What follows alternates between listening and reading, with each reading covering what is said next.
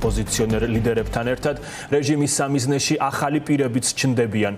ცდილობს თუ არა ოცნების პროკურატურა ეგრეთ წოდებულ საბოტაჟის საქმეზე ბრალი გიორგი ქადაგიძესაც შეუკეროს.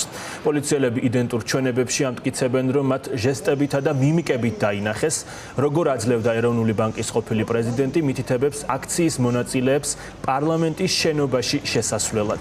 გაჟღერდა ლევან ხაბეიშვილის და გიორგი გახარიას სახელებიც. მათ ამ საქმეზე ბრალდებული სტატუსი არ აქვთ.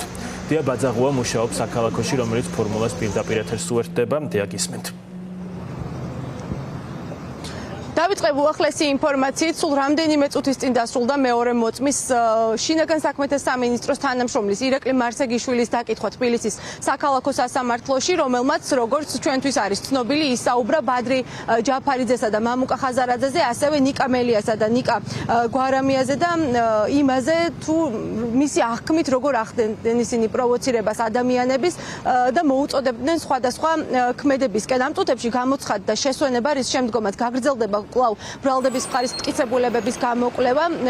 პირველი მოწმე, რომელიც დაიკითხა, იყო ასევე გამომძიებელი კახაბერ ქაცანაშვილი, რომელმაც ისაუბრა ელინი ხოშტარიაზე, გიორგი ვაშაძესა და ზურა ჯაფარიძეზე პროცესის შესვენების შემდეგ, უბრალოდ როდესაც გამოვიდა სხდომათა დარბაზიდან, ჩვენ გვქონდა მასთან გასაუბრების მცდელობა, რომ დაგვესვა კითხვები, მაგალითად კონკრეტულად რა სიტყვები გაიგო გიორგი ვაშაძის მხრიდან, რადგან როგორც ჩვენ გვითხრეს ადვოკატებმა, მან თქვა სხდომათა დარბაზში ის, რომ გიორგი ვაშაძისგან გაიგო კონკრეტული სიტყვები და მოწოდება ადამიანების მიმართ, რომ მათ უნდა გადაენაცვლოთ პარლამენტის მიმართულებით და ვკითხეთ ჩვენ ამასთან დაკავშირებით, თუმცა მან მხოლოდ ის თქვა, რომ თქვა ყველაფერი, რაც საჭირო იყო. ჩვენ ასევე ვესაუბრეთ ომარ ფურცელაძეს, რომელიც არის გიორგი ვაშაძის ადვოკატი, მან თქვა, რომ ეს მოწმე გამოკითხული იყო 2025 წელსაც და მაშინ არ ახსოვდა გიორგი ვაშაძესთან დაკავშირებით არაფერი, თუმცა ასახელებდა სხვა პირებს, მაგრამ ამ შემთხვევაში ახსოვდა გიორგი ვაშაძე და კონკრეტული სიტყვებიც კი, რომელიც მისი თქმით წარმოთქვა გიორგი ვაშაძემ, თუმცა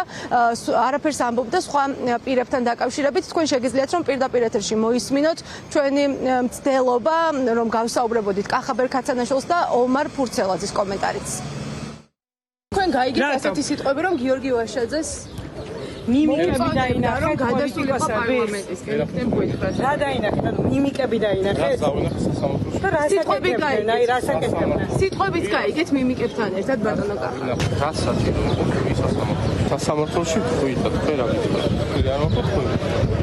რა საჭირო იყო? გასაგებად ამბობ, საჭირო რაც იყო თქვი ადვოკატებთან. რა იყო მარტო ვაშაძე, ელენე და ჯაფარიძე დაინახეთ ზურა? სხვა ვერ შეამჩნიათ? სადაც საჭირო იყო თქვი, გიხარ.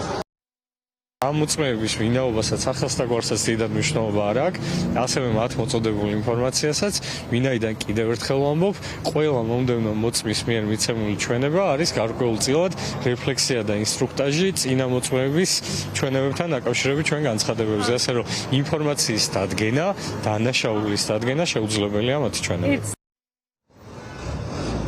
შესვენების შემდგომ კვლავ გაგრძელდება ბრალდების მხარის მტკიცებულებების გამოკვლევა და უნდა დაიკითხოს ერთი გამომძიებელი ისევ და ორი ექსპერტი და სიტყვიან ისინი სხდომათა დარბაზში ამას მოგვიანებით გავიგებთ. როგორც იცით, სხდომა არის დახურული და მედიას და დამსწრე საზოგადოებას არ ეძლევა საშუალება, რომ სხდომათა დარბაზში შევიდნენ. დღევანდელ პროცესს არ ესწრებიან პოლიტიკოსები და არიან მათი ადვოკატები და უფრო მეტს ამაზე შემდეგ გამოშვებას სხდომის დასრულების შემდეგ მოგეყვებით.